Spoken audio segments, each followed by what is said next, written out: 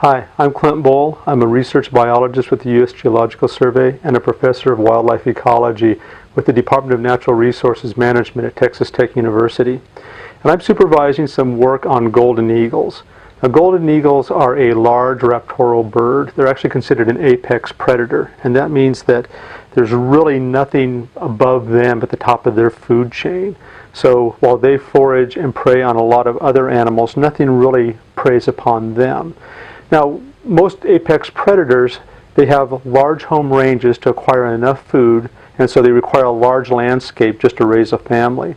They have long lives. Golden eagles can live for 30 years. They have low productivity. They usually only produce 1, maybe 2 nestlings per year. And they don't reach a reproductive maturity until they're about 5 years old.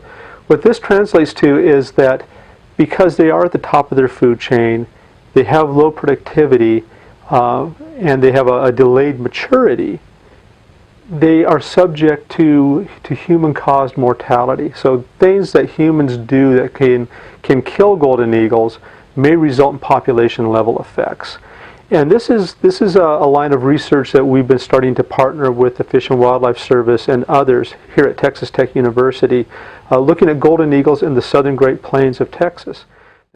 So in the southern Great Plains, along the east and west sides, we have what we call the Caprock Escarpment. And these are palisade-like cliff walls that golden eagles will place their nests in.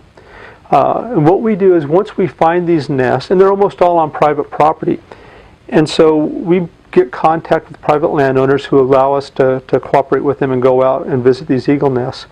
And then the first thing we have to do is capture these nestling golden eagles. And the reason we're doing this is GPS technology has now been miniaturized enough we can put GPS transmitters on golden eagle nestlings, and that allows us to track them for 3 or 4 years or more and see where they go, what their habitat use is, and if they survive or if they die, what they're dying from.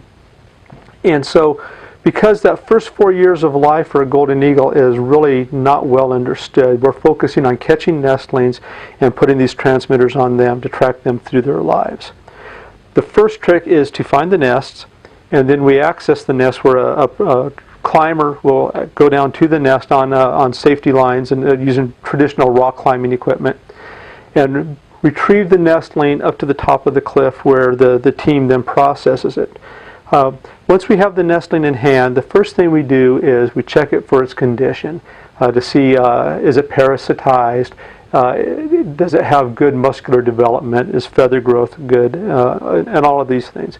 We then put a USGS bird banding laboratory band on the eagle, and that allows us to identify that individual maybe 20, 30 years in the future. If it's recovered somewhere, it'll have that unique band number on it. We then attach a GPS transmitter, and these are custom fit.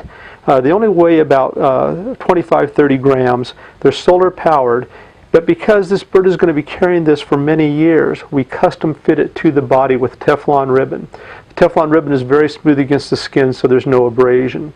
And then we have to make sure that it fits where it's not going to encumber the eagle in any way when it's flying or feeding or going through its life history. Once the radio is attached, we take a small blood sample, and this is for genetics analysis to look at the relationship and genetic gene flow between the eagles in our area and as far away as possibly Alaska or over to California and down to Mexico.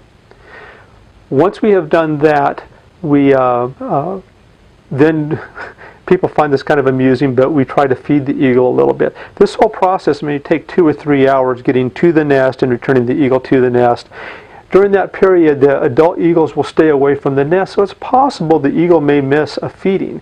And so we try to supplement what it may have missed by giving it a little bit of very lean beef that's saturated in water to replace some moisture in it.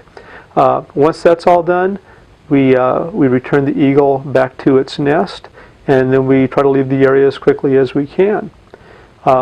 After the eagle is back to the nest, at that point we start just monitoring it remotely with the GPS transmitters, which loads up data to a satellite, and then we download it and we can see where the eagle is moving. And we've had eagles from this area move as far down as into the Trans-Pecos area. As an example, we know of eagles that were banded in Alaska that move down and spend their winters here. And so this is all a multi-agency collaborative effort with a lot of different researchers across the country studying golden eagles. And the neat thing about it is that here in the southern Great Plains, in the Panhandle region of Texas, almost nothing is known about the golden eagles or the history of them. And by doing this, we have an opportunity to get Texas Tech University students from the Department of Natural Resources Management and the Department of Biology out with us in the field, getting some hands-on experience in some really rugged, remote areas with a very fascinating bird, accumulating new information for conservation and management.